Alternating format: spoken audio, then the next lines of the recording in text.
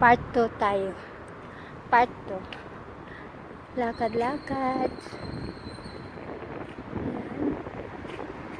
Ayan yung mga view dito. Lakad tayo papunta dun. Malapit na ako sa amin. Yun, ipagpatuloy natin yung kwento ko. Nung bago pa lang kami dito, naglakad-lakad ako kasi gusto kong i-explore yung dito. Siguro nanibago yung tagabantay dito, yung tagalibot nila. Yung parang ano dyan sa atin, tanod, yun. Yung security dito sa nagpapatrol. Siguro, ganito din, after ko nag-exercise, naglakad-lakad ako kasi gusto ko yung paa ko. Ibinat-binat bago ako uwi. Buksan natin ulit. Ano kaya to? Baksyata yan. Tapos, ayan, mag-dumpster na lang tayo. Ayan, tapos, nung lakad ako ng lakad, abay, kasi umikot-ikot ako dito, akala siguro ng security guard, nawala ako, kaya, nung, naano niya na ako, natsimpuhan, huminto siya, at tinanong niya ako, sabi niya, "Hey woman," sabi niya, ganun yung pag-approach na sa akin, "Hey woman, are you lost?"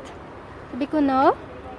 Sabi ko ganun. Sabi ko, "I'm just walking around here after my work, and I'm doing a quick exercise in the park, and then I'm just roaming around."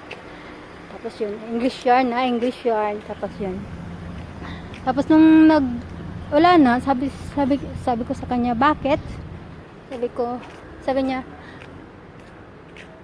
niya naman, "Because I've been seeing you walking all around here, and I'm thinking if you are lost, or I don't know what you're doing because you're holding your phone, and if someone caught you or someone noticed you that you are just walking here, and then like a suspicious movements, they might report you." Sabi niya ganun. Sabi ko, "Ala, ganun pala dito." Sabi niya ganun. Tapos yun, sabi ko, "No, I'm just living here in the other street." Sabi ko ganun sa kanya. Tapos yun, sabi niya, okay, no worries." Sabi niya ganun, "That's it, there's nothing to worry about."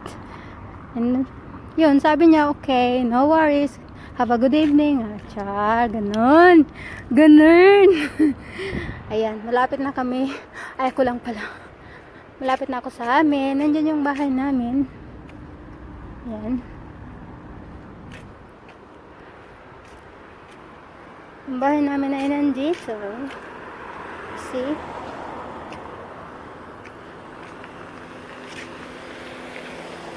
Nandyan yung bahay namin.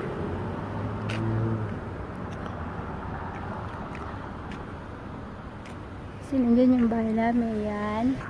Ito yung bus stop. See? Nasa harapan ng bahay namin yung bus stop.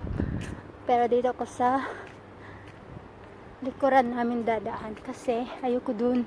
Nasa living room si Amo nag-watch ng TV. Kaya dito ako dadaan sa main door. Ayan. Kaya hanggang dito na lang.